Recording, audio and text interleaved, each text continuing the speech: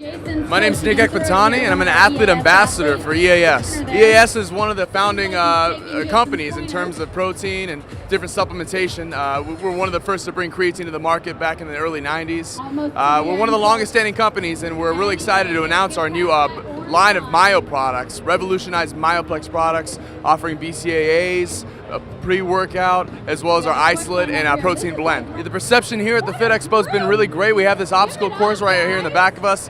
The FitExpo is a great place to find like-minded people that want to challenge themselves and obviously take every single advantage and grow by using our products. And we're awfully excited to launch our new products. We're offering a special 25% off on bodybuilding.com, and is giving out generous amounts of samples to let people know what's up. My favorite part about being at the FitExpo is kind of seeing all these like-minded individuals, a lot of impressive physiques, and frankly a lot of impressive athletes. We've seen a lot of people come through on this course and just really kill it, and that's it's inspiring, it's motivating. I know you all.